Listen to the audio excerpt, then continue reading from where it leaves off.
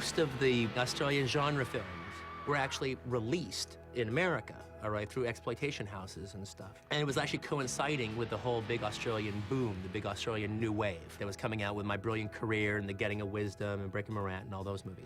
Now, when those movies were coming out, they were like, you know, the new Australian film, Australian cinema, Australian cinema, Australian cinema. That was like the key word for independent cinema. But the Australian genre films weren't being touted as Aussie films. I didn't know they were Aussie genre films until I bought my ticket and they opened their mouths. Come on, man, shoot me! You finished the kangaroo! Shoot me! I remember seeing Road Game, Patrick and Snapshot and Man from Hong Kong on TV when I was a kid. Yep. And I particularly enjoyed Patrick and Snapshot because they were both shot in Melbourne. And it was like these crazy American-style films, but with locations that I knew and Australian accents. And Man from Hong Kong, as a kid, seeing that on TV, even cut. They'd cut every single shot of Grant getting kicked in the balls out of it. Even went for 45 minutes. Yeah, even seeing that on TV, it was just like, wow, when did we make these films? That's right. George Lazenby is Jack Wilton. Gunrunner, dope peddler, ruthless czar of international evil.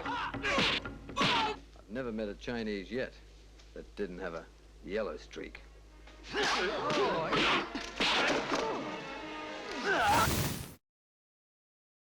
noticed that the most interesting thing for me when I was making the doco is that the main criticism I read about these films is that they were slagged off for being American films made in Australia. Why are we making American films in Australia? These films get seen overseas, and people like Tarantino say, when we saw them, they had this Australian sensibility to them. You couldn't take that away from them. They had things that, you know, no one could shoot a car like an Australian, no one could shoot the bush like Australians. We knew that there was something different about these films that was very Australian. But people here couldn't see that. And it took overseas people to actually alert us to that. Now, I'm not sure if that was ever in the ingredients when the films were made, or it was just the fact that they were being made by people who were Australian who loved making films. Road games. What the hell? The truck driver plays games.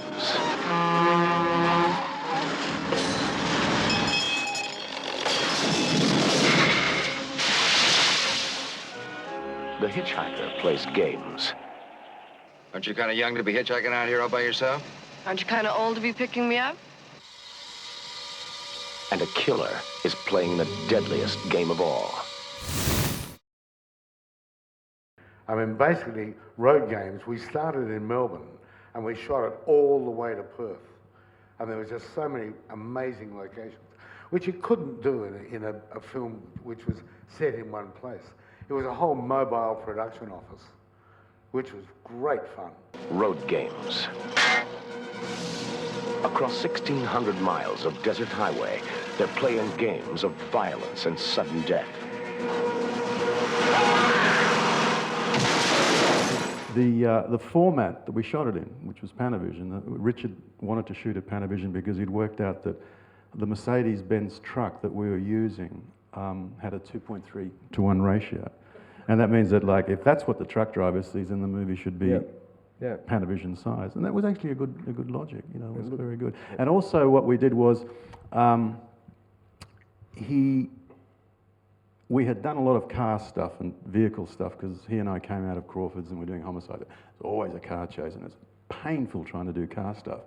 And he said, look, I'm not going to put up with any of this shit, you know, like, you know, we're going to do it under control. So what I want is all the traveling stuff has to be done back projection in a studio, so I can actually sit like Hitchcock and just look at it and not have to be hanging off the back of a vehicle. So we brought a special effects person from the United States with projectors and everything.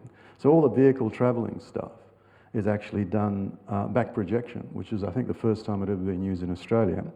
And at the end, they just packed it all up in the container and sent it home. The thing about Road Games, which you should tell us about, is it could have been an even greater film. They came to shoot the finale, which is the slowest truck chase in history. And it was scheduled a week, and the completion guarantor stepped in and said, you have to shoot it in one night. And there was a huge stunt, which Grant had worked out, where all the characters at the end turn up, and they all have a stunt with the truck. And I think Sneezy Rider's there with Frida Fruital on the back. They slide under the truck on a motorcycle, the way Grant tried to when he broke his leg on going to the set on Mad Max. And And you got shut down. We got shut down, and we got shut down twice because when we started shooting the movie, 2 days into shooting, they worked out that we were 5 days behind schedule.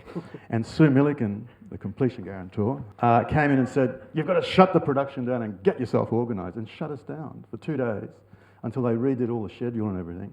And then we were allowed to start shooting, and every once in a while they'd come in and just snap the whip on Richard and said, you know, you've got to move on, you've got to keep going, you've got to keep going. It was a very ambitious film, and that's exactly, the worst thing is, of course, the end of the movie, which is this wonderful sequence of being worked out.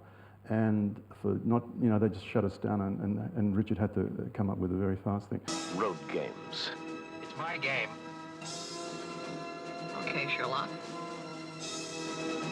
If someone doesn't stop soon, there won't be anyone left alive to play. Road games.